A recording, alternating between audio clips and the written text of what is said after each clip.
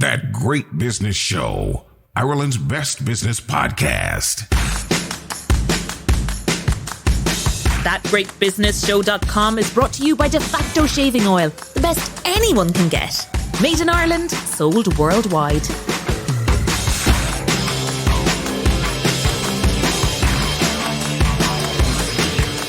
Welcome to episode 85 of That Great Business Show, posting on the 29th of April 2022. I am your host, Conal O'Moran. Coming up on your favourite business podcast, we have one of your favourite subjects. We'll tell you if it's possible to find free, in inverted commas, EU money for your business.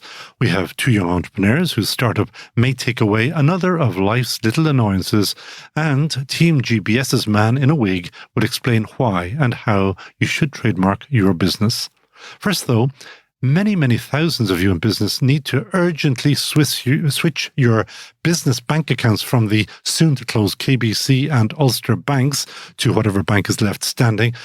I've just done it myself, and here's the skinny, as the Americans might say, do it now. Having got my paperwork together, including passport, utility bills, DNA test, and the blood of my firstborn, it still took an hour of sitting in front of a very nice Bank of Ireland bank manager here in Dublin, Glenn Moran. So the maths is simple. 1 hour per well-prepared application times hundreds of thousands of businesses is a very long time, especially now that the remaining banks seem to be cutting back on opening hours. You can see where this is going, and it's not going to be pretty. TeamGBS, you have been warned. And this little tip and all the great business insights and tips are brought to you, as always, thanks to our sponsor, De Facto Shaving Oil, the world's best all-natural shaving oil. De Facto Shaving Oil, smooth as. And first today, we're going to tell you about 150 billion of EU funding that may be made available to businesses and organisations under the new EU Horizon programme over the next 7 years. Regular listeners to the podcast know that we love having a doctor in the house, and today it's my great pleasure to welcome Dr. Ken Germaine, who is CEO of Funding Master, to the studio. Funding Master helps organisations who should be more involved in EU funding and that are interested in being involved in a series of EU projects over time. According to Funding Master's website, its model is to bring together serious, that's their word, clients, public bodies, municipalities, business, and third sector networks or representative bodies, create new projects and bring project ideas that meet client strategic objectives. And the nice bit, they write and submit funding applications, or so I believe. However, we on TeamGBS are a bit more down market, and I'll be asking Ken about what's out there for smaller businesses just like yours. Dr. Ken Germaine, welcome to That Great Business Show. Thank you, Conal. Great to be here. 150 billion, I did say just before we started, such a big number that it's kind of almost like incomprehensible. Well, I think the thing to remember about the particular Horizon program, it's not one program. It's probably 7 separate programs lumped together under research and development and innovation. So the bits that would interest, SMEs or innovative SMEs particularly will be a much smaller chunk of that. But it is very much tied into a whole grant system of supports for SMEs and businesses, starting at the lower level and then working your way up. Now, I'm not being rude in saying that people who have spoken to me about this find the application process very time-consuming, very difficult to follow and all. So much so that you have made a business out of it, and good for you. Is it really that complicated? It's very hard to answer that because it depends who you are, what your background is and what your qualifications is. I mean, my degrees are in politics and economics. So I would naturally be trained in some of this stuff. I did my MA thesis back a long time ago on the Single European Act. So I've been very much understood how the EU system works. But I also fell into this by the way I worked. I mean, I was self-employed from 1990 through to 1997. And then I wound up working with one of the area partnerships as an enterprise program manager. And from almost day one in there, I was involved in EU projects. And it made a lot of sense to me. So from there through to running an enterprise centre for 10 years where we were involved in quite a lot of EU programs. And then since 2010, I've been a self-employed consultant again. And one of the things that's always been there is people coming back to us asking about grants generally, but EU grants in particular. So, well, here is your platform. Yeah. Tell the world about grants and EU grants in particular. Okay. Well, let's get some general comments out of the way. Firstly, and this is the problem that many businesses have with the grant system generally, but particularly EU funding, is that the grant system is a bureaucratic system. So it's designed by bureaucrats. It's meant to be open and transparent and accountable. What it is not designed to be is time efficient. Let me give an example. We wrote a €3 million life application. We submitted it on the 28th, I think, of November last. We still haven't heard yet the result. Okay? So that does not fill me full of happiness or hope. Well, if you're an organization that it's part of your project and you're waiting for it and you have the organization in place and you've got your budgets in place, fine.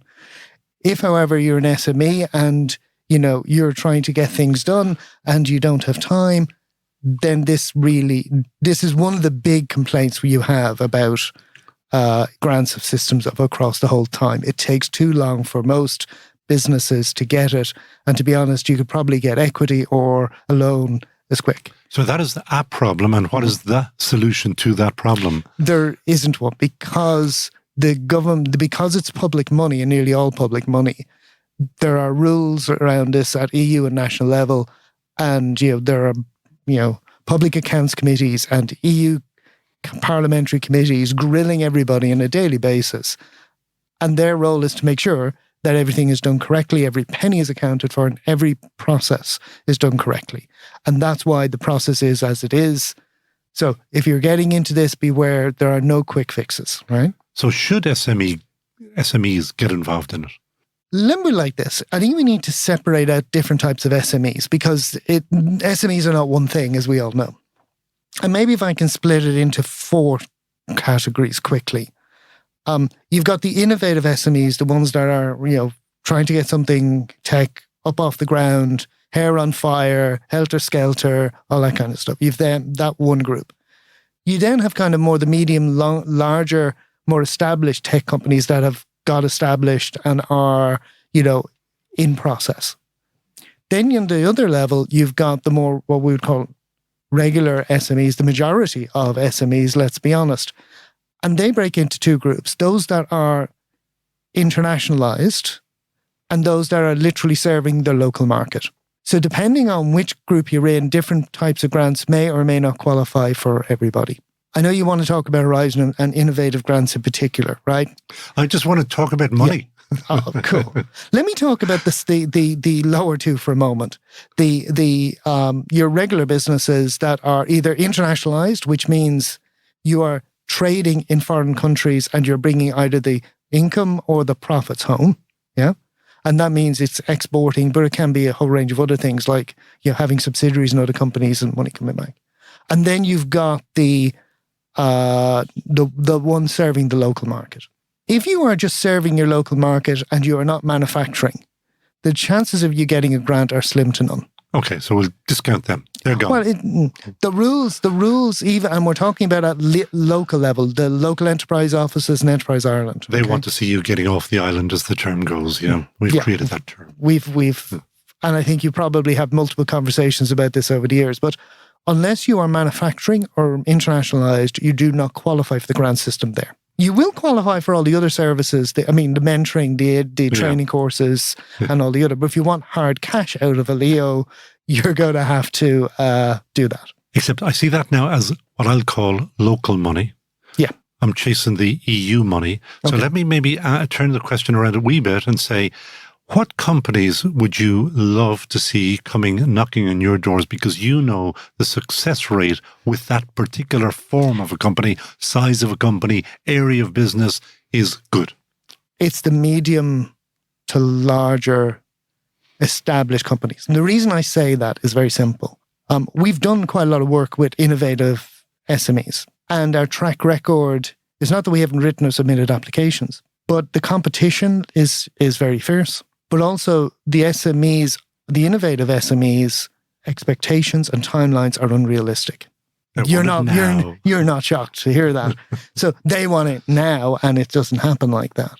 I give you examples of how competitive it can be. There was one round of the Horizon SME strand. There was a 3% success rate. That means 97% of all the people who went to the bother of writing all those big applications and put in these applications didn't get a penny. And how big is a big application? And how long does that take? And how much does it cost? How big can it be? 250 pages? Oh, that's a novel. Yeah, I know. It depends on the application. You're a novelist. I've been accused of it. I've been verbose. It could be low. It could be less. It depends on the application. I mean, the first thing to remember in the innovation area is, what is it? So this bound comes back to, if you're going to do the innovation thing, the TRLs, the technology readiness levels. And this dictates a lot. And I think people who are interested in Horizon need to listen to this very carefully. There's TRL levels 1 to 9. But there's actually four zones. 1 to 2 is just basic research. That's someone writing on a pen and paper, scratching the head, drawing a schematic, doing something, but it's still on paper. That's pure basic research. 3 to 4 ends up with a prototype. So you then start that. 3 to 4 is what we call the feasibility study grants, right? At the end of that, a feasibility study grant, you have a prototype. It may be rough, it may look ugly, it may not look pretty, but it works, right? The next stage is to get an industrial research project grant, which gets you from level 5 to level 6. And quite literally, that means putting your prototype in the field and seeing does it work. We've actually written things for precision agriculture in the past, and it was quite literally putting it in a field or a barn to make it work. And at the end of that, so at the end of the second part of that chunk, the industrial research project, you've got to level 6. You have something that works and has been proven to work in a real life scenario. You've learned all about the bugs and all of that. The next thing is to take that and turn it into a fully scalable commercial product. Yeah. And that's level 7, 8, and 9. Level 7 is you're working on how to scale it, all the technical issues around that. Level 9, you have a product that is, tested, proven, going to market, customer ready, money coming in the door, right? Horizon, SME strand, and nearly all of Horizon is only interested, particularly in the innovation stuff when dealing with SMEs, in that level 7, 8, and 9 stuff. They do not deal with usually anything below that. But there is a system in place. So you get your feasibility study grant from the national government, right? Be it your Leo or Enterprise Ireland if you're gazelle enough, or through some other of the universities or other systems. But you do your feasibility study grant locally, yeah? If that works, then you go for a second the industrial research project grant. And normally that's EI, Enterprise Ireland, right? That's the second bit of that chunk is national government as well. So by the time you get to making your Horizon application, a few things to say. Firstly, you're probably 3.5, maybe 4 years down the line, right? Yeah. The Horizon's not interested in anything coming up immediately, hasn't been tried and tested. The other point is that for the EU, if you follow the process correctly, you have at least one, probably two vindications signed off by national governments. And you have to remember that the EU is a political institution. You do need to have political aspects to everything. So when you're looking at this process, by the time you get to the SME strand, where there are millions, you could get millions at very high rates, 75 and maybe higher percent rates of funding, to take something you have proven that works and works in industry, in situ. They're interested in taking that and that can prove it to be a world leader. That's what they want. So the first 2 levels of funding are national level, and then you go to Europe. Let me cut across you there. You mentioned the word political. If you had the world's greatest whatever, you mentioned agricultural thing, say a cow milking machine, the world's best ever. Does it help or hinder that you're based in Ireland, given the politics that we are so teeny within the EU? Well, firstly, no. I think Ireland has actually beats well above its weight at EU level. The amount of funding we get is ahead of our proportion as a rule. We have, when it comes to technology, bear in mind, many of the biggest companies in the world have their European headquarters here. So no, it's not a disadvantage at all. I think, though, that you do need to understand that it is a political institution. So you have to follow political understandings. It's not all business. This is not a business process. This is a bureaucratic process. And understanding that, the other thing to remember is this is not ever a replacement for equity. And the early stage companies really make the mistake in certain times of thinking that they can use grants as a way of replacing equity. And in reality, you can't. How much money is it possible to get if you are within all the categories that you mentioned? So you are an SME, you're world winning, and you're up at 7, 8, 9. Are we talking that somebody might give you millions or tens of millions, or? It depends on this. The EU backs winners, right? And bear in mind, in all of these applications, from the smallest to the biggest, your application goes before a panel of experts, or who is deemed expert, right? So you got a panel of mainly academics, consultants, ex-bureaucrats, senior civil servants who've been through this whole process before. Nobody that knows anything about business. Some of the consultants might, yeah. I mean, you will get business representative bodies on these things as well.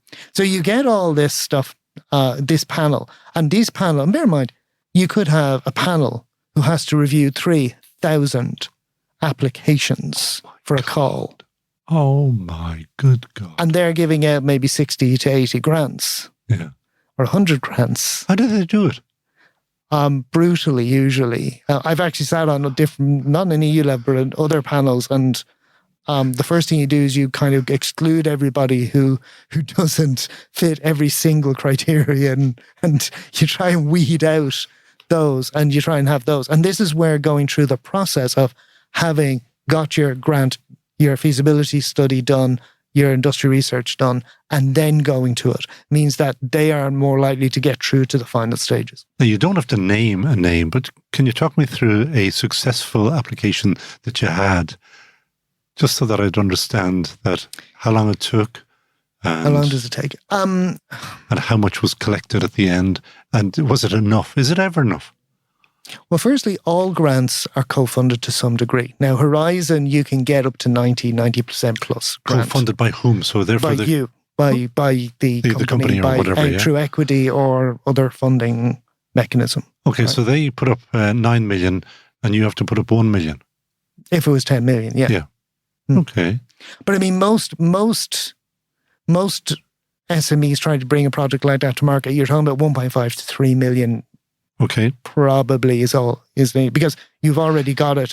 You're manufacturing. The other thing I would say to you about that SME strand is it's not just about the technology. This is one that really bits that people forget. It's two parts. You have to have the technology that works, and you have dashboards and all that. It looks lovely, and everybody has them. They also have a business model that's scalable and able to get to market very fast, internationalize, and win. The ones that have both the technology that works and the business model that works, and I spent a lot of time talking to people about their business models as well as more about their grants, but trying to get the business models sorted out.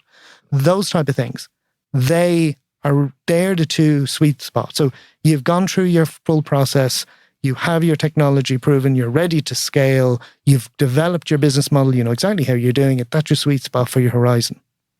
And it is a grant. So they're not taking a chunk of your business. No. What recourse do they have? Let's say, we'll make up a possibility that you get your grant and then following day that you go out of business. Do they reclaim that cash back, or? They can. It'll be there's a detailed contract. Okay. I mean, as a rule, you'll only draw down money retrospectively anyway. So what normally happens is you spend the money, you put in the receipts, and then you draw down your grant. That's how most grants operate. And it's mainly done to protect people from things like that. So you can only get away with the very, you can't really get away with anything in truth. Which is good. Now, what about an anonymized case study that you have worked with or on? We've done quite a few things for, I have to say more for Innovate UK applications for innovations. That's fine. I mean, just so that people understand the process. Yeah. So, I mean, the first thing is you've got a technology company that has a technology and they want to develop something to the next stage in a given area. They will normally look for either a technological partner or a research center, academic center. Yeah. So they have the technology. So they've done a prototype, and now they want to develop the whole environment to develop it so they can bring it to market. Something like that. They then they find the research partners and other partners, because you may have another multinational interested in getting in at that stage. They write up an application.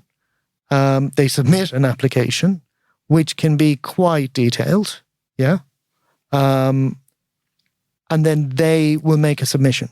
Now, depending on whether it's a feasibility study or industrial research study, you're going to get those two, you can probably get, 70% grants, right? Usually for nearer to market stuff, it drops to below 50% grants. Yeah. They will put in their application. It will go to a panel and it gets ruthless. I mean, you're looking at some of the applications. There was one application we put in last year for somebody. It was an innovative one. We thought it looked really good. It fitted all the criteria, went through to the end panel. But there were 1,012 applications in that quarter for 60 grants. So that's the scale. So there is no way of being able to assess the success or failure rate, because it becomes a very random process when you're dealing with those numbers. And they're the same kind of numbers you'll hear when I deal with Horizon. You're talking about 3-6% success rates in an application process.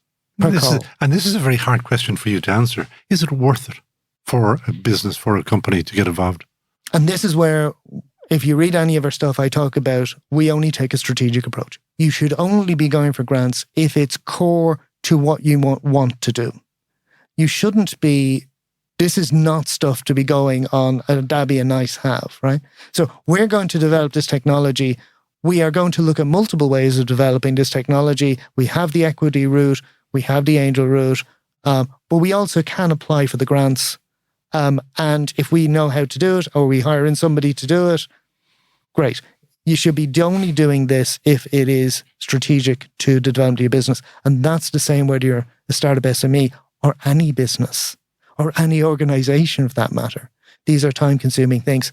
I mean, your average, an Interreg application is probably 1.5 to 2 million of a project. LIFE, which is the environmental projects, are a minimum of 2 million of a budget to a maximum of 13 million of a budget. And now there are multiple partners. It's now going to the one organization. So these are not small things. So when you're going to get into them, you need to be serious. It needs to be core to what you want to do. And it has to be something that gives you an ongoing benefit. One of the complaints you'll hear about from local authorities, is they get dragged, people want to drag them into all sorts of projects, right? And they will tell you that they're the ones who really kind of question hard, is this worth the effort? Because we might be able to do something, it might help somebody else, but we put in all this work, we wind up having to manage it, we manage all the the final reports and all the paperwork and the bureaucracy, and we get very little out of it. And they're the type of organizations that are saying, is it really worth a while? I have to say, a lot of people I talk to, particularly innovative SMEs, when they start talking about Horizon, my first instinct is to try and talk them out of it, because it is a lot of work and a lot of time and a lot of effort. Yeah, I get paid, but we didn't get into this to just write any application. We want to write winning applications. And we put the best effort we can into every single one. And that is a perfect segue for me to get you to talk about your business, as in what you actually do, how much it costs, what kinds of companies you want to hear from? Okay. We have a relatively simple business model, gratefully, because that's the one thing I made sure thought through before we started it. We work for clients mainly. So a client is usually an organization that is looking to make multiple funding applications. So there are people who are in constantly looking at different aspects of it. And we have some company, some of our clients are large nonprofit organizations. Some of them are large businesses, indigenous businesses in the hospitality area, and they're trying to develop all sorts of range of things. We've done a lot of work with local authorities over the years and social enterprises over the years. You'll notice we're not naming a lot of business types in it. And there are ways for businesses to benefit, but we'll deal with that another day. But why are you avoiding naming the businesses or the business types? I always do. I mean, I tend to work on a very private way. Oh, that I understand. Yeah. Oh, no, I thought that it might have been that something might happen in the process of application that if you went public with it, that you might lose points. Well, we write all of our grants ghost. We do not become partners in any project. You don't see Funding Master's name on anything in an application. So when we have a charge to write the applications, but 100% of the grants go to the clients. I don't think it's really a good idea for us to be partnering in a project and... But not a 6% win rate or whatever it was. Well, there's some ridiculous rates. Our fee is straightforward. We have, and it's as fair as it gets. We have a fee for working for a client for 12 months, for which we will attend meetings, we'll write concept notes, we'll talk to them, we'll chew the cud on a regular basis. I mean, most of my clients I talk to, if not monthly, weekly. Yeah, and we're working on multiple things usually for all of them. And that's $4,500 a year plus VAT covers us to do that. And then for each application we make, if it's an EU application, we charge each partner in the project. There might be 5-8 partners. We charge them $1,250 each towards the cost of writing it. But that's it. Once it's written, that's it. The rest of the money all the grant goes to them. So we've developed a model that spreads it around and makes it as fair as possible and makes it as easy as possible for as many people to get involved in the organizations to get involved as possible. I've just had a brilliant idea. So 5 times 120 will bring me up towards 6,000 quid for a 250 page document. I could get you to write me a novel and it would be anonymous and I could put my name to it for 6,000. Yeah, we'd have to negotiate on that one, I've heard. Okay. The problem with these applications, we do tailor that slightly for different. There's one client that we project manage. Instead of consulting with them, we actually lead on them. We actually go to agencies to say, we're looking for funding for a client. We represent them. So we tweak that model a little, but that is a core model. But it's designed... When we deal with multinationals, they tell us that we're undercharging. When we deal with voluntary organizations, we're being told we're overcharging. So I'm probably in the right space. Okay. Fairly reasonable.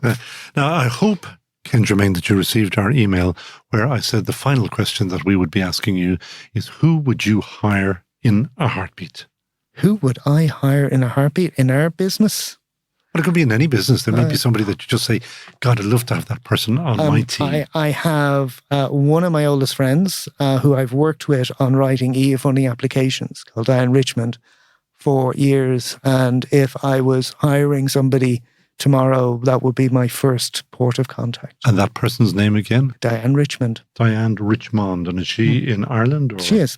Okay. And she's a consultant. Okay. Well, Diane, I think you are now doubly hard. If you're already working for or with Ken, you can now be sure that maybe ask for extra money. Ken Germaine, who is Dr. Ken Germaine, CEO of Funding Master. Where will anybody find you? Fundingmaster.eu. EU. I saw that actually and there are many, many, many useful videos up on the website. Yeah, we've done quite a few videos. And they're accessible. They're shortish. 40 minutes. Yeah. Okay. Yeah. Oh, they're short. Some of them are 10 minutes. They're just kind of explanatory videos. explaining the different programs and the different how to approach things from different sectors. Ken, Germaine, thank you so much for joining us on That Great Business Show. It's been a pleasure. Make one small switch. Switching from shaving foam to all-natural de facto shaving oil will give you the smoothest, softest shave ever. Switching from shaving oil to de facto helps stop 20 million non-recyclable shaving foam cans go to landfills every year. Switching from shaving oil to de facto will save your skin, your pocket and your planet. defactoshave.com. Everyday accounting can be a bit of a drama for SMEs. However, BigRedCloud.com takes the drama away with its simple and easy to use cloud-based accounting and payroll software designed for SME owners. Raise and send invoices, manage VAT reports and obligations, run management reports, link directly to Irish banks, automatically import purchase invoices, and so much more. All with 5-star customer support. BigRedCloud.com, 100% Irish owned and a proud member of TeamGBS. All That Great Business Show advertisers are TeamGBS approved. Back them. That Great Business Show. Just because you don't do it doesn't mean the rest of the world doesn't do it. Take a monthly subscription for things like beauty, health, or food boxes. I don't do them, but according to my next guests, almost half of Londoners are signed up to at least one subscription box. And incredibly for me, 36% of shoppers in Northern Ireland are so too. And they claim it's a market worth over €2 billion just in the UK. Tally, that's spelled T-A-L-Y, is the first, quote, universal subscription platform in Ireland or the UK. What it does is that it brings all your subs under one roof, so to speak, and shows you all the subscription options available. The co-founders of the business are sisters Kerry and Alex Sheeran. They have entrepreneurship in their blood, having worked in the family business Sheeran Jewellers, well known to Dubliners, and they've been working there since their very early teens, so they're not afraid of hard work. And I'm delighted that they are now joining TeamGBS, as both Kerry and Alex are here in studio with me. Kerry, Alex, welcome to That Great Business Show. Thank you. Thank you for having us. You're very welcome. Now, who wants to take on the onerous task of explaining what is Tally or Tally subscriptions? Yeah, I'd be happy to take that the task. So Tally is a marketplace for all lifestyle subscriptions. So the subscription industry is transforming how e-commerce is today, and we feel that there should be a marketplace leader. Hence why we created Tally subscriptions. Now, so talk to me about the subscription business. For example, you guys have subscriptions. You subscribe to, I don't know whether health or food or beauty or whatever. Well, there's lots of subscriptions now that millennials and Gen Zs are subscribing to, be it beauty That'll be you, is it? That would be me, yes.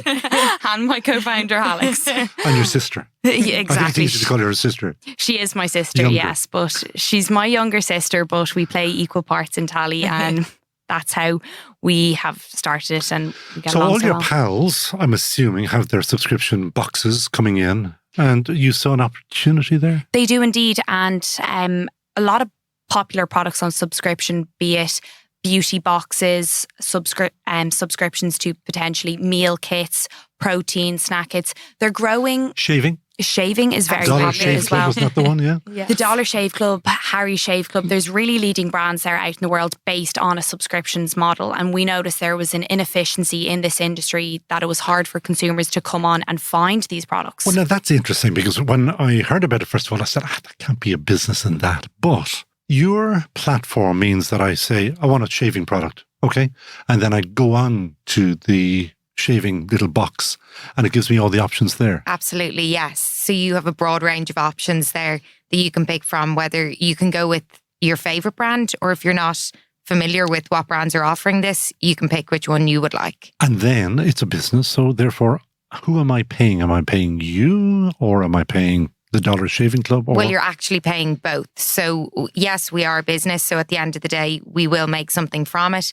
We take a slight commission just off that sale that goes through upon Tally, and then the business gets the rest, the brand offering. But why would a beauty box business choose to go onto your platform? So a huge benefit for the merchants involved is obviously visibility. With being a part of Tally, you get instant access to your target audience because we're bringing other brands upon there who also target your demographic likely. So with being a part of Tally, you get obviously visibility, you get access to the technology that we're building, leading technology for subscription products. So no matter what your subscription is, you will be able to configure it upon Tally. And obviously the inefficiency with that industry, not being able to, the right consumers not being able to find your product, we're bridging that gap. Except that your big challenge is trying to find customers. Like, you could raise 10 million. I know we'll get onto funding in a while, but you could raise an awful lot of money and you have to chase and find those people. Just like whether the beauty boxes or the health food boxes are doing themselves. Yeah. Is there not in my head somewhere, there's some kind of a contradiction there, no? Yeah, well, to be honest, with our offering, we have two different types. We have home delivery and we have in-store. The in-store ones have just been absolutely phenomenal. People love them. How does that work? Yes, so I'll take you through the process. So how it works is a customer purchases a subscription, whether it be for coffee or smoothies, whatever you want. Juices, really popular as well. So I'll go with the coffee subscription because we're all mad about coffee nowadays. So you purchase your subscription for coffee upon Tally. You get your barcode and you go into your store. Whether that subscription would be for either a month or for a certain amount of coffees. So say if I buy my month subscription, I get my unlimited coffees there in your cafe for a month. I go in and I redeem it by barcode.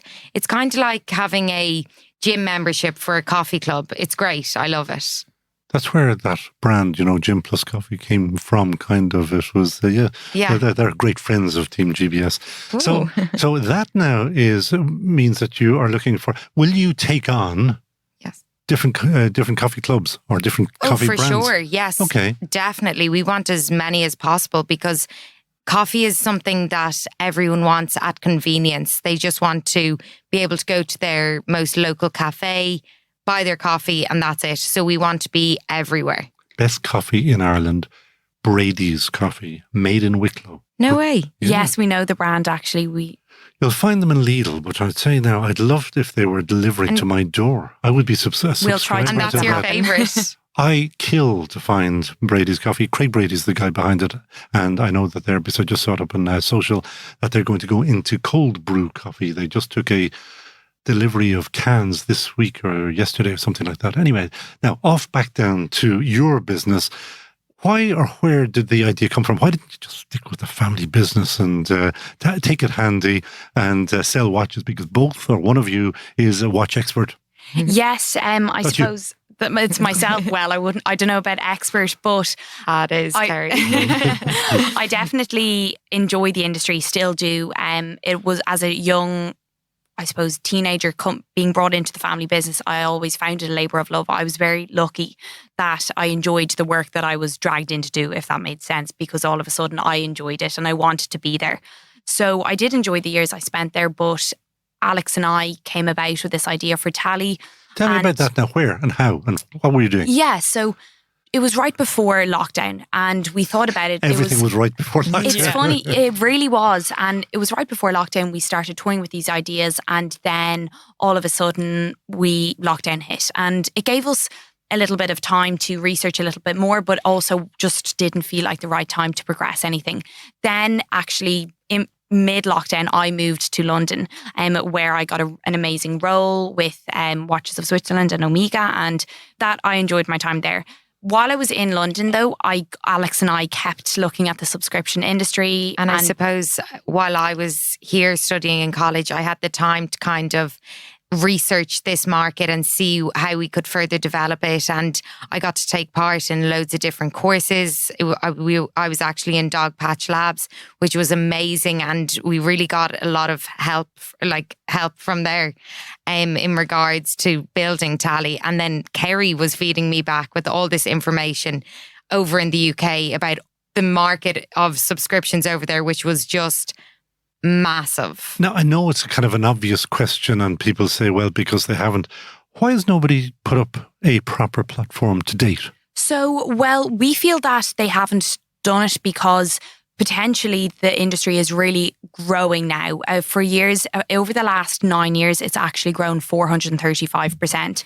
And that's a very precise number. It is, but it's a number that we're thriving off at the minute. It's an outstanding number. Because there's still no marketplace leader in Ireland, UK, USA, or even globally. So what we want to do is on a Saturday evening, you might go on to Deliveroo to get your takeaway or Uber Eats to get your takeaway. We want Tally to be that one-stop shop for all subscriptions. Yeah, that makes sense to me. When I looked at it, when I didn't understand it, first of all, then I just said, okay, this makes sense, because the more brands that sit there, it's kind of like almost, it's the home of inspiration. Exactly. Hey, that's my new strapline, the home of inspiration. Home of inspiration. But going back to your question there, how did the idea come about? So Alex and I kept, I suppose, playing with the idea, and we really found there was something here. I noticed all of the subscription boxes in London, they were constantly being recommended to me by friends, colleagues, saying, you should get HelloFresh on a subscription, so different meal kits. You should try the new ladies shaving on a subscription. These products are all amazing. And Alex and I were saying they are all amazing, but it's so hard that if I decide, I want to get a meal kit subscription, I have to go in and out of each individual website. So we said, this is crazy. We need to bring it all to one platform. And will they allow you, will they, say an Uber or a Just Eat or whoever's a healthy food box, what are they being receptive to you? So obviously the Just Eat and Uber's, they're for just the takeaway industry, whereas we're speaking now with other brands who are offering their products on subscription. So take a food offering, healthyeats.ie or whatever.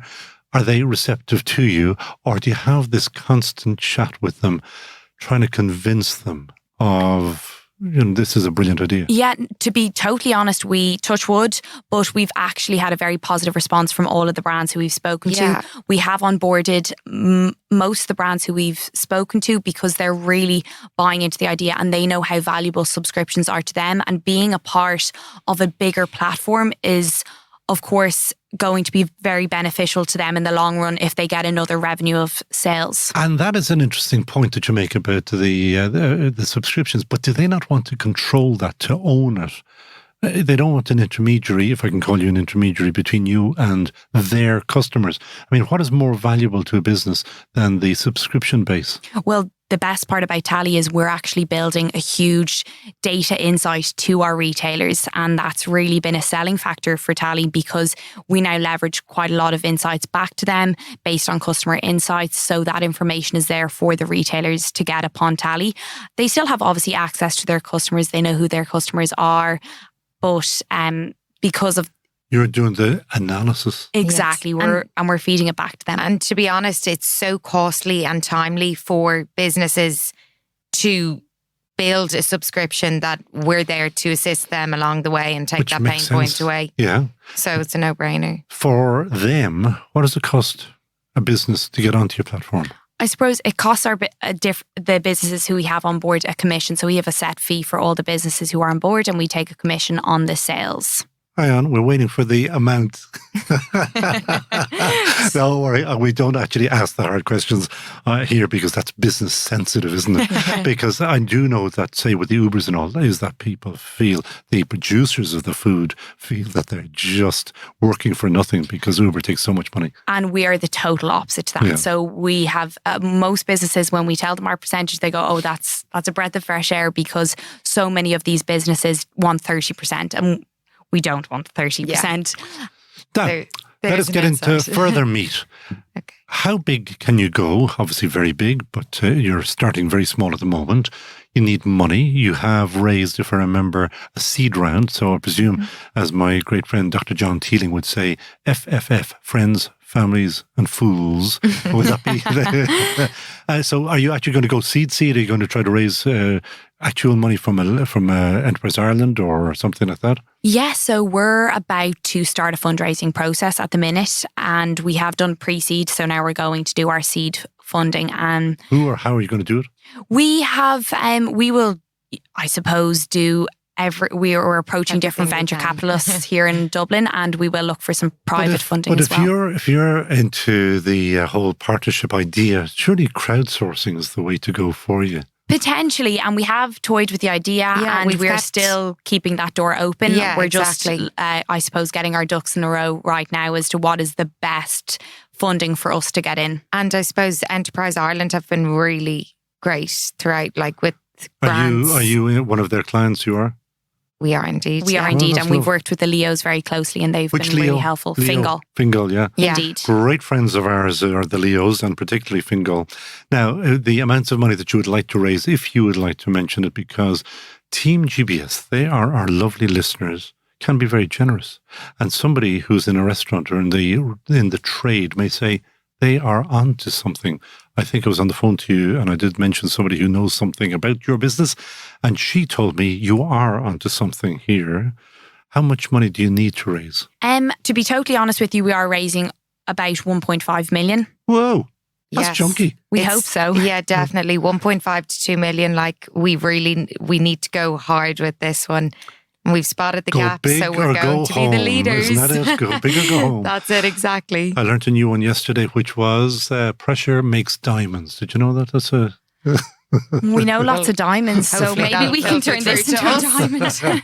So that is it. That's on here. But you also need the other side of the business, which is you need your brands to come to you, or are you on the phone all day asking people, food boxes? Or there's a guy, great friends of mine, Buster Box, they make food for the doggies. Yeah. Well, Liam Brennan there is, I've been charting their progress over the years. Would you like a Buster Box to come on board? Oh, definitely. For sure. We're onboarding brands the whole time. Only the last 2 days, we announced a big partnership with the Press Up Cafe's Dime. So we launched their in-store subscriptions. So that's how I saw that, and most people will know Press Up. Press Up have only 50, I think, outlets or something like that. It is massive. But what is Dime? That's a coffee shop. So Dime is their coffee chain. So they have amazing house coffee there, and they serve it in different locations. It's not ladies, I bet, is it? It's Dime coffee. It's great coffee. But so we have launched their coffee subscriptions. So they have 3 different subscriptions that you can subscribe to, which gives you a set amount of coffee for the month. One of their subscriptions, which we believe is going to be super popular, is a dime a day. And for that, you can get any flat white cappuccino or Americano for €39 for the month, 1 coffee a day, which is an amazing... That's not bad. It's amazing. And it's really future focused. Standard. Well, this thing about people often say it's only the price of a cup of coffee a day. Well, I mean, that's when you're down almost at €1 a coffee. That's getting and very, they're following in the footsteps of the likes of Pret a Manger in the UK and other big brands and outlets in the UK. Who are coming to Dublin. Who are coming to Dublin, but who also offer this service. And it's how they really create that stickiness and loyalty with their customers. Yeah, customers can show their loyalty to their brand, because sure, if they're going there every day, that's... the best loyalty. That's the proof the merchant could want. Pudding, coffee. Exactly. It kind of works. Yeah. Comes hand in hand Any together. other unusual ones that I haven't done? There's so many things I wouldn't have thought about, but that are on subscription now. Anything particularly unusual? Well, as you said, they're dog food. Yeah. It's loads of people want dog food on subscription. We have wine subscriptions. So you've got 3 of those, I think. Yes, and they're super popular. Also, you have to get wine in a box. We had them on as well, or box of wine. Box of wine. Yes, we would love to have them on. Absolutely. But you're like you could spend all day, every day for the next couple of years phoning up people. And we will. Yes, we definitely will. But people have actually approached us because it's such... Why wouldn't they want another stream of revenue? It's another platform it's increasing their visibility, increasing their brand awareness. Why wouldn't they want to be on? And Ireland, because of its size, is doable. When you get into the UK, it's a big place. Oh. And it's only 10 times the population. Gigantic. And after that, did you mention USA? Definitely. Is there any platform in the USA? There is one that's slightly similar in the sense it's called Crate Joy, and they sell subscription boxes, but there's no real brands upon Crate Joy. So you'd just be purchasing maybe a craft box on a subscription. Whereas with Tally, the main benefits are that we are bringing the big brands onto the platform. So our customers will trust our brand, they'll trust Tally, and they'll know that the trust behind Tally, we have the big brands there. And how quickly can you get so huge that somebody has to come along and buy you? Like the idea, it's a land grab. You have to do it really really quickly? How quickly can you grow? Well, we have a roadmap that's very aggressive, very eager, but it's definitely accessible and in our capabilities. So in a year, 18 months, 2 years, what will you be doing? We'll have launched into the UK this summer, and we'll definitely have launched our platform into the USA. Well, this summer's only in 2 months' time. Exactly. I mean, sorry, maybe even, so you're launching in Yeah, we weeks. have our site in pounds all ready to go, and we are at the process of onboarding some key accounts for our UK launch. So we've already confirmed them, and we'll be launching into the UK. And then the US when? Hopefully the US within the next 18 months. Okay. So we definitely have to get to that market as quick as possible. Well, one of the things that we will do for you there is we are very, very close to Connecticut. As in, I am on the Ireland Connecticut Business Council, and we are very keen that Irish businesses would have their HQs in Connecticut. And Connecticut wants you, Irish businesses, to have their HQs in Connecticut. And if you don't know where Connecticut is, it's the one above New York and below Boston. Sounds It is perfectly placed for you, and I will make an introduction there. What else would you like from TeamGBS, the listeners? I suppose if anybody is keen for a subscription, come on to tallysubscriptions.com, because we have leading brands, leading products there. And Take a look. It's take only a look. growing. See if your local cafe is on there. And also, if there's anyone out there who'd like their brands listed upon Tally, contact us, and we'd love to hear what you do. Also, if you want to introduce subscriptions to your business, we would love to help you along that way and help get the configuration process rolling. And you know the last question that I always ask, but you very kindly, but mistakenly, sent me the name. But that's okay, because I haven't told anybody yet. Who would Kerry and Alex Sheeran hire in a heartbeat? Who wants to take it? I'll take this one, will I? Go for it. We would like to hire Patrick Collison. We would. Well, who Definitely. Who wouldn't? Good question. And Who why? wouldn't? Well, we're in awe of what they have established, and we just think that their scalability and everything has just been standing, and really something that we hope to follow their footsteps And in. a good eye for technology. So Technology is a big one. I think they sometimes see the things that other people don't see. So that would be great to add to the team as well. And I suppose, as Alex said, their ability to scale is outstanding. So that would be amazing to have. And do you know what? They were young like you two once as well. They were. They're not that old either. Did I also see, are you using Stripe on your platform? We are indeed yeah. Stripe partners, yes. Oh, I see. I mean, obviously, he'll be on board in a flash because of that. Kerry, Alex Sheeran, thank you so much for joining us. You are, of course, of Tally, T-A-L-Y, subscriptions. .com. There's an S in Do there. check them out there. They are going to go places, I do believe. Kerry, Alex, thank you so much for joining us on That Great Business Show. Thank you. That was lovely. Thank you. You're listening to That Great Business Show. ThatGreatBusinessShow.com. Everyday accounting can be a bit of a drama for SMEs. However, BigRedCloud.com takes the drama away with its simple and easy to use cloud-based accounting and payroll software designed for SME owners. Raise and send invoices, manage VAT reports and obligations, run management reports, link directly to Irish banks, automatically import purchase invoices, and so much more. All with 5-star customer support. BigRedCloud.com, 100% Irish owned and a proud member of TeamGBS. Viscosity. When you shave, you want the highest viscosity because it helps the blade run smoother. De facto, the world's best shaving oil, has incredible viscosity. That's why De facto leaves your face, underarms, or legs nick-free. Higher viscosity makes blades last longer. De facto is the best for your skin and your pocket. DeFactoShave.com. All That Great Business Show advertisers are Team GBS approved. Back them.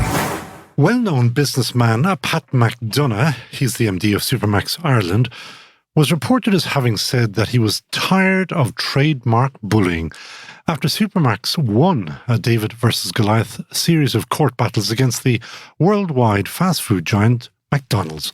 The weighty issue our learned friends had to argue over was about the use or the abuse of the word or prefix Mac. The European Union Intellectual Property Office revoked McDonald's MC or Mac trademark on all foods except chicken nuggets and sandwiches.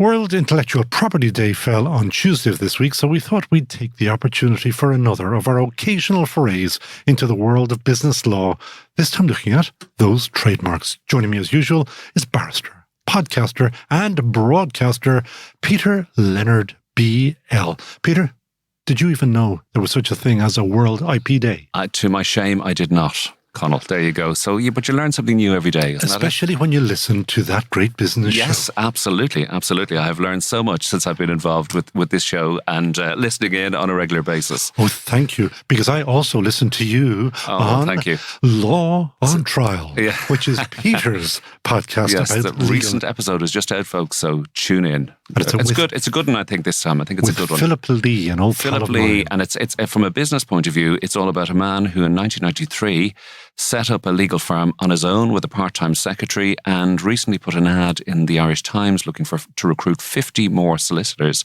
and he currently has 180. So that's not bad, is it? Great operation. It's a good story. It's a good story, and he tells it really well. So tell me about another businessman, Pat McDonough. The legend from the West, Pat McDonough. A fighter. Oh, a fighter and a half. Well, I'm not 100% sure of the actual details, but the backstory for Mr. McDonough is he was a commerce teacher, I think, a secondary school teacher in Tuam in County Galway. And in 1977, he set up his first burger joint, Supermax, in Tuam, I think, or maybe in Ballinasloe, but it certainly was in the West anyway. Out west. And he has built up that business, as we know. Anybody who's driven the roads of Ireland will know that the number one pull-in place now is Supermax and all those big petrol stations and all that sort of stuff. So he has something like 100 now Supermax outlets in Ireland. And in the best tradition of business, Connell, and you know more about this than me, he wants to expand. So he wanted to push into the UK and he wanted to push into Europe. So McDonald's, that well-known competitor brand, they decided that this wasn't going to happen. They didn't want this at all. So they were saying that Supermax, as a logo, as a legend, infringed their trademark. Now, it wasn't the trademark of McDonald's or the golden arches that we're all familiar with, because trademarks can be anything. They can be visual, they can be words, they can be shapes, they can be colours, whatever. So it wasn't any of that. But what it was that they had registered the trademark Big Mac as a name for a food product, and we all know what the food product is, but also as a name for a restaurant going forward or a chain of restaurants going forward. So that's why they said, so Supermax, if they open in the UK or open in Europe, they had the trademark right in Ireland to trade as Supermax, but if they got into Europe, they were in trouble, and McDonald's said, no, you can't. This is ours. We own Big Mac, Supermax, Big Mac. The poor old punter will be completely confused, won't know what they're getting. This can't happen. So Pat McDonough, being the man that he is, said, no, I'm not having none of this.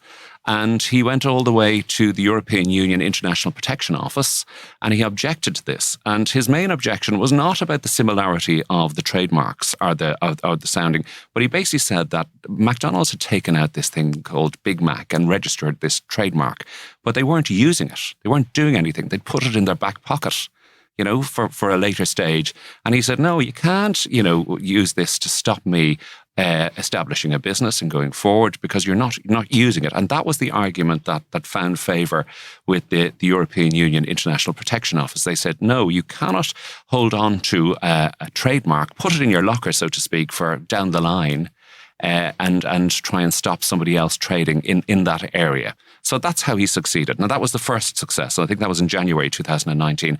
McDonald's, of course, being the company that they are, they appealed this.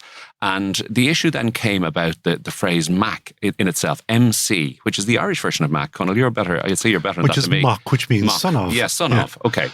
And so they said, no, that's ours and that's a trademark and it's known to us and it's a phrase that's associated exclusively with us. So Mr. McDonough said, no, look at my name, it's McDonough, and the word Mac exists all over the place. There's millions of pubs, there's millions of restaurants, everything is called Mac. So you can't hold on to that. And the EU Intellectual Protection Office accepted that argument as well. But they said that Mac in association with food products was okay. So McDonald's are entitled to Mac Chicken Sandwich, Mac Chicken Nugget, Mac whatever it is.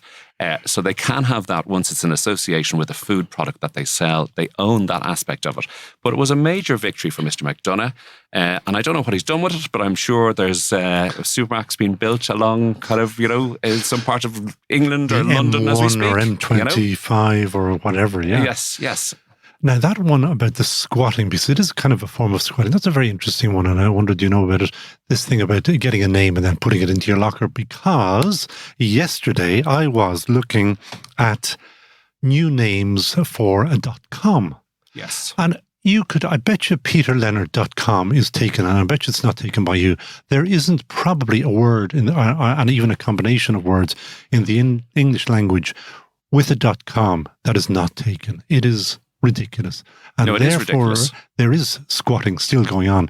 I wonder will somebody actually take a case against whoever, ICANN is the company or the operation. I don't know specifically about this, but I do know at the time when kind of .coms came in 20 plus years ago, there was a mad scramble for everybody to buy it up and then sort of say, I have something, I'll sell it on to you. But that decision from the EU Intellectual Protection Office, our Property Office, would be very favourable to that, because you can't just hold on to something and hoard it and not use it. If you're using it and then somebody else is infringing on the trademark that you are using, or your ownership, you do have a property right in relation to something like this that you own. But you have to use it. You have to be exercising it. And I think that's why the McDonagh decision is very far-reaching and very important. You are fired. You are fired, yeah. So just in talking about fired. Yeah. So you're talking about a gentleman who used to run America once upon a time, So you still think he does? We're talking about Donald Trump, and trademarks, as we said. I mean, a trademark can be anything. It just has to be associated with the intellectual property that you're trying to hold on to, and it can be a form of words. It can be a shape. It can be a color. It can be anything like that. By shape, we're talking about maybe the Nike Nick or whatever. Nike Nick. If you look at any car out there, Mercedes, you see the roundy thing and the little thing in the middle of it. It's called a star. It's called a star. The star in the middle of it. That's it. Do you not remember that one about the minister down in Mayo who brought the car with the star to Castlebar? Oh wow! Was that Pádraig Flynn? Yes. Who else? So obviously it can be anything, but it can also be a phrase or a combination of words. I was just thinking about this. The great Murray Walker. Do you remember Murray Walker, Formula One commentator par excellence? Yeah. Well, that was his weekend job initially, and then I think he took it on full-time duties then down the line. But he was by day an advertising executive. That was his thing, and he came up with the phrase, as far as I know, I could stand corrected on this, but a Mars a day helps you work, rest and play. Mars a day helps you work, rest and play. So that's a phrase, and that's like your trademark, and Mars own that. And you can't say a Snickers a day or a Twix a day, for example. So we know what that is. So you have a lot of phrases out there that have been trademarked. And of late, in the 90s and in the noughties, there was a pattern of international celebrities trying to trademark phrases that were associated with them. And we have to go to the Donald. And as we know, he made his fortune, casinos and property and all that sort of stuff, and inheriting it from his father, of course. But he became a television celebrity with The Apprentice. I think that was the original before Alan Sugar or whatever. And the phrase was, "You are fired." So Donald, of course, saw there was a few bob in this. So he tried to get the trademark on "you are fired" and apply it to certain clothing products or electronic products or whatever it was. But he failed. Because there was an objection, I think, from a pottery company that used "you're fired" in their name, or there was something like that, but he didn't manage to get it. Firing in pottery, of course, is to glaze it or to to set it. Yeah. So that's it. So it was a phrase that he thought he had drummed up himself and that he had created. Of course, he hadn't. But that didn't stop other celebrities, and who are much more successful than Donald. So, for example, the great Arnold Schwarzenegger, another Republican politician, former governor of California and legendary tough guy in the movies. His phrase was, Hasta la vista, baby. Hasta la vista, baby. And a trademark was taken out on that phrase in 2007. Successfully. Successfully. Now, I'm not sure whether he owns it himself or whether the movie company owns it, but it could be associated again with products put on a bag or something like that people might buy. And Mr. Schwarzenegger and the movie company will get a few bob for that because they own it and people can't use it. Another very interesting one, and this led to litigation, was one Paris Hilton. Did you ever hear of her, Conor? I have. Either daughter or niece of Hilton Hotels. Yes. And I think she was the original of the species in terms of social influencer way back 20 years ago. She was in a show called The Simple Life, where herself and a pal, a girl called Nicole Richie, daughter of Lionel Richie. Oh, was it? You love that. You've all his albums, I think, don't you, Conor? But anyway. Hello. Easy like a Sunday morning, isn't that it? Yeah. But anyway. Did he not sing hello?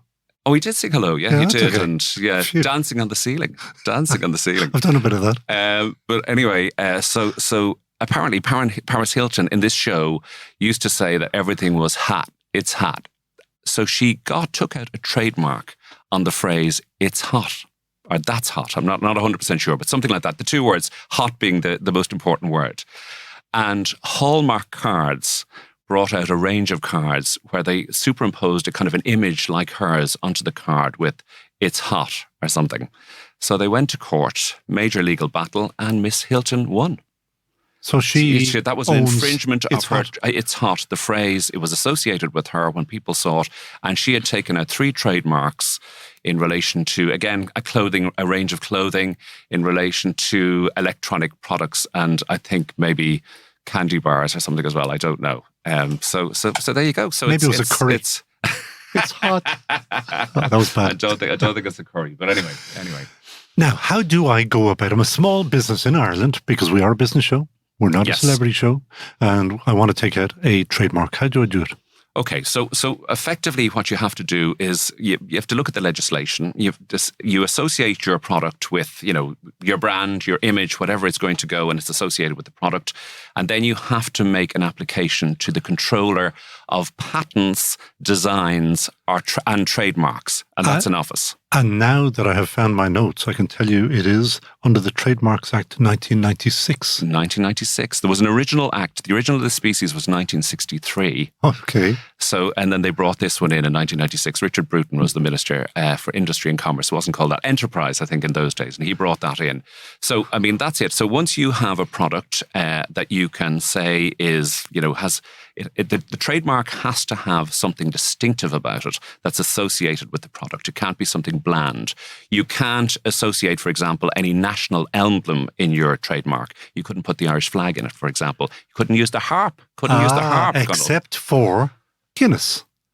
There's a famous twist to that story. Yes, of course. Because their harp faces X way and ours faces Y way. Isn't that right? Oh, is that it? Oh, that is something like that. I didn't know, but that would make sense. I was up in Orson-Uachtaran on a tour there a long time ago, and or in Farmley House. Well worth that trip if anybody. It's open to the public, and the brilliant tour guide was telling us all about the wealth of the Guinness family back then, because they used to own Farmley.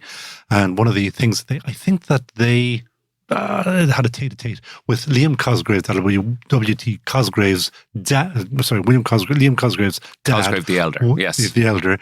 And they kind of swapped, or they did a deal that Guinness, who had the harp, gave it back to us or something like that. There's a little bit of history there. Okay. Well, look, that's it. But you aren't allowed to put a national symbol in that. Anything that would suggest public authority or that it has the approval of the state.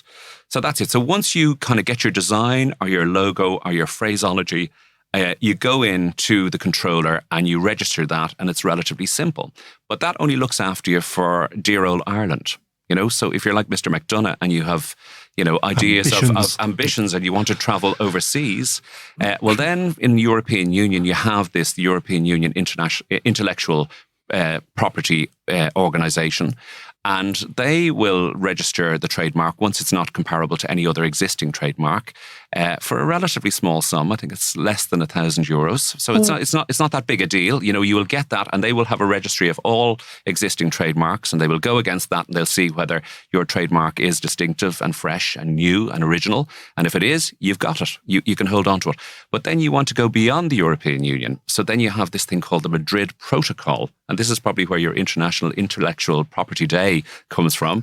But you have an international organisation, the World Intellectual Property Organisation. I suppose that's a good name for it.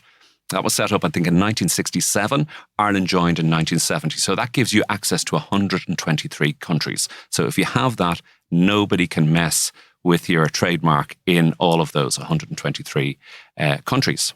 You know? But I presume that costs, and I know for sure fighting all of these cases costs as well. Oh, unbelievably so. Unbelievably so. So, I mean, recent cases that have been in, and there haven't been that many in the courts, but one recent case was a big row, supermarket wars between Dunnes Stores and Aldi.